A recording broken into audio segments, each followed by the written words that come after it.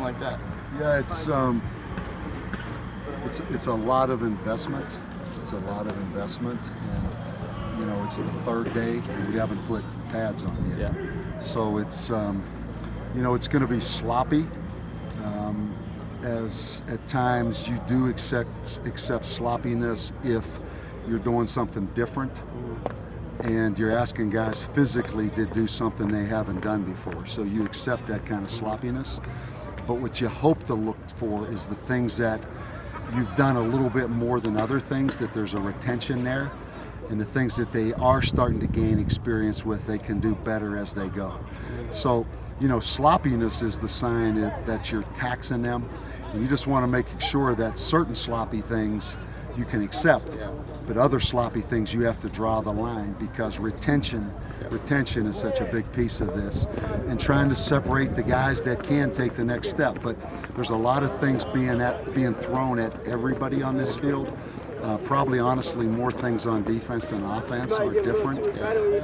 And guys are working. It's way too early to make any kind of evaluation. Gotcha. And then just, I know Lily's out, but focusing on Lily and Griffin, just the electric style of play they bring, get them another year. I mean, just talk about that. You know what? That kind of disappeared last year, if you're honest. Elijah will be the first one to tell you, he had some electric plays prior to last year in the kicking game. Jay Griffin would tell you he had more electric plays the year before, actually. You think back to San Diego State, the last game of the year in 17. Last year wasn't good for any of us. So whatever electric plays happened, it's starting from scratch right now to build it. But I'm impressed with the thoroughness of our offense and the thoroughness of our teaching of our offense. And we just continue to grind at it. You liking some of the new philosophies?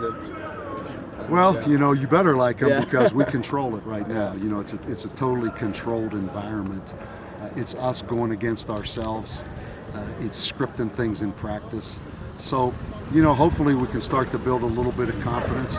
I think the big thing with this is we have a big enough menu to get things called, and we have a big enough, I think, expertise level to get it coached.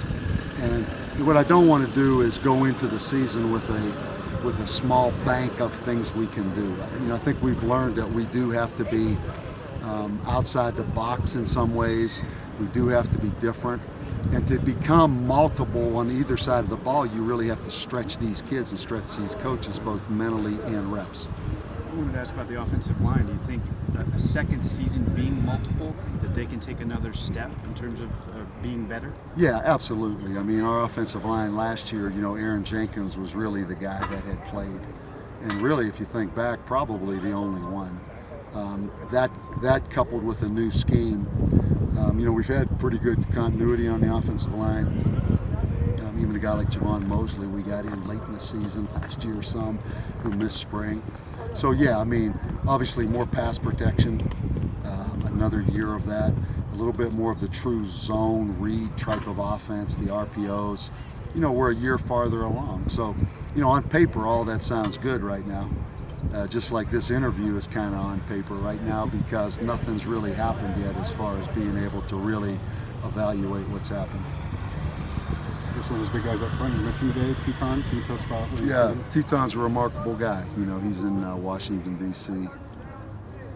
As part of an outreach group. The things that he's done, whether it's here in Albuquerque, or whether it's on the reservation in South Dakota, and now he's going to now he's in Washington, D.C., representing, people that need to have a voice. He's an unbelievable kid. He really is. And you talk about, building the brand of this football team. He definitely does that. And for him, building his brand. And that's what this whole process is about. And I'm sure he's going to have opportunities after football's over. And, he's a difference maker. There's no question he's a difference maker.